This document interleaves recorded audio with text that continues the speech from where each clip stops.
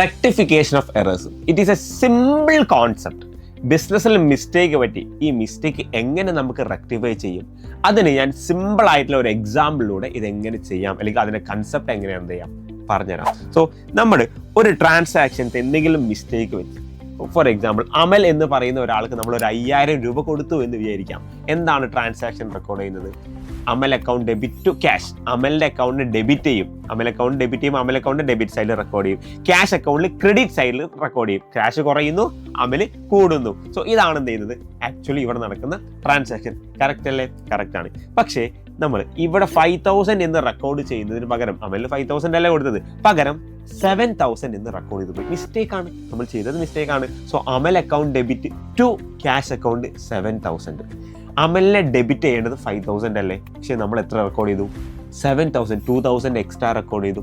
ക്യാഷിനെ credit ചെയ്യുന്നതും 5000 ആണ്, പക്ഷെ എക്സ്ട്രാ ക്രെഡിറ്റ് 2000, 7000 റെക്കോർഡ് ചെയ്തു. അപ്പോൾ 2000 എക്സ്ട്രാ ക്രെഡിറ്റ് വന്നു. ഒരു അക്കൗണ്ടിൽ ഡെബിറ്റ് കൂടി, ഒരു അക്കൗണ്ടിൽ ക്രെഡിറ്റ് കൂടി. ഏത് തരത്തിലുള്ള മിസ്റ്റേക്ക് ആണെങ്കിലും അവിടെ 2 രീതിയിലാണ് ഇഷ്യൂസുകൾ ഉണ്ടാവുക. ഒന്നെങ്കിൽ ഡെബിറ്റ് കൂടും, അല്ലെങ്കിൽ ഡെബിറ്റ് കുറയും, അല്ലെങ്കിൽ ക്രെഡിറ്റ് കൂടും, അല്ലെങ്കിൽ ക്രെഡിറ്റ് കുറയും. ഈ ഒരു ചേഞ്ചസ് ആണ് നമ്മൾ ഐഡന്റിഫൈ ചെയ്യുന്നത്. എന്ത് കൂടി, എന്ത് കുറഞ്ഞു, ഏത് അക്കൗണ്ടിലെ ഡെബിറ്റ് അല്ലെങ്കിൽ ക്രെഡിറ്റ് കൂടുകയോ കുറയുകയോ ചെയ്തു എന്നുള്ളത് ആദ്യം നമ്മൾ ഐഡന്റിഫൈ ചെയ്യണം. ഇനി ഇത് ഐഡന്റിഫൈ ചെയ്ത് കഴിഞ്ഞാൽ ലിസ്റ്റ് ചെയ്യാം. അമൽ അക്കൗണ്ടിൽ 2000 ഡെബിറ്റ് സൈഡിൽ കൂടി, ക്യാഷ് അക്കൗണ്ടിൽ 2000 ക്രെഡിറ്റ് സൈഡിൽ കൂടി. ഇതാണ് മിസ്റ്റേക്സ്. ഈ മിസ്റ്റേക്ക് ഇനി റെക്ടിഫൈ ചെയ്യേണ്ടത്. സോ റെക്ടിഫൈ ചെയ്യൽ എങ്ങനെയാണെന്ന് വെച്ചാൽ അതിന് വളരെ സിമ്പിൾ ആയിട്ടുള്ള ഒരു എക്സാമ്പിൾ പറഞ്ഞുതരാം. ഡെബിറ്റ് കൂടുകയാണെങ്കിൽ നമ്മൾ ക്രെഡിറ്റ് ചെയ്യണം, ക്രെഡിറ്റ് കൂടുകയാണെങ്കിൽ ഡെബിറ്റ് ചെയ്യണം, ഡെബിറ്റ് കുറയുകയാണെങ്കിൽ ഡെബിറ്റ് ചെയ്താൽ മതി, ക്രെഡിറ്റ് കുറയുകയാണെങ്കിലോ ക്രെഡിറ്റ് ചെയ്യണം. സോ ഇത് എങ്ങനെ എക്സാമ്പിൾ ആയിട്ട് റിലേറ്റ് ചെയ്യാം? നിങ്ങളൊരു ടീ പ്രിപ്പയർ ചെയ്യുമ്പോൾ, കട്ടൻ ചായ ആണ്, വളരെ സിമ്പിളാണ്. കുറച്ച് വെള്ളം എടുക്കുന്നു, പാത്രത്തിലിടുന്നു, അത് സ്റ്റൗ ഓൺ ആക്കുന്നു.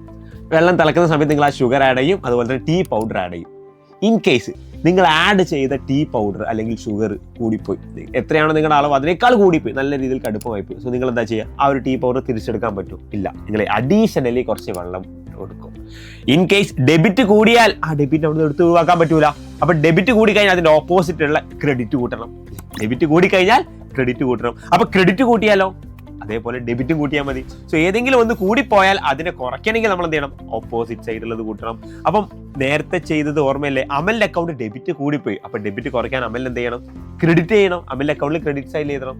ക്യാഷ് അക്കൗണ്ട് ക്രെഡിറ്റാണ് കൂടിയത്, അപ്പൊ അത് കുറയ്ക്കാൻ എന്ത് ചെയ്യണം? ക്യാഷ് അക്കൗണ്ടിന്റെ ഡെബിറ്റ് സൈഡിൽ എഴുതണം. സിമ്പിൾ ആണ്. അപ്പൊ ഇൻ കേസ് നമ്മൾ ചായപ്പൊടി ഇട്ടു, ഈ ടീ പൗഡർ ഇട്ടപ്പം ടീ പൗഡർ കുറഞ്ഞ കടുപ്പം, നമുക്ക് നല്ല കടുപ്പം വേണം, കടുപ്പം വളരെ കുറഞ്ഞു പോയി, എന്താ ചെയ്യുക? മധുരം കുറഞ്ഞു പോയി, എന്താ ചെയ്യുക? ആ വെള്ളം അവിടെ നിന്ന് എടുക്കാൻ പറ്റുമോ? ഇല്ല. എന്തെങ്കിലും കുറഞ്ഞാൽ നമ്മൾ എന്ത് ചെയ്യും? അത് കുറച്ചും കൂടെ ആഡ് ചെയ്ത് കൊടുക്കും. അപ്പൊ ഡെബിറ്റ് കുറഞ്ഞാൽ അവിടെ ഡെബിറ്റ് ചെയ്താൽ മതി, ക്രെഡിറ്റ് കുറഞ്ഞാലോ ക്രെഡിറ്റ് ചെയ്താൽ മതി. സിമ്പിൾ എക്സാമ്പിൾ അല്ലേ? അപ്പൊ ഡെബിറ്റ് കൂടുകയോ ക്രെഡിറ്റ് കുറയുകയോ ചെയ്താൽ അവിടെ ക്രെഡിറ്റ് ചെയ്യണം. ഡെബിറ്റ് കുറയുകയോ ക്രെഡിറ്റ് കൂടുകയോ ചെയ്താൽ അവിടെ ഡെബിറ്റ് ചെയ്യണം. സിമ്പിൾ കൺസെപ്റ്റ് അല്ലേ? സോ ഈ രീതിയിൽ ഒരു 10 ക്വസ്റ്റ്യൻസ് ചെയ്ത് കഴിഞ്ഞാൽ നിങ്ങൾ റെക്ടിഫിക്കേഷൻസിലെ പുലിയായിരിക്കും. All the best.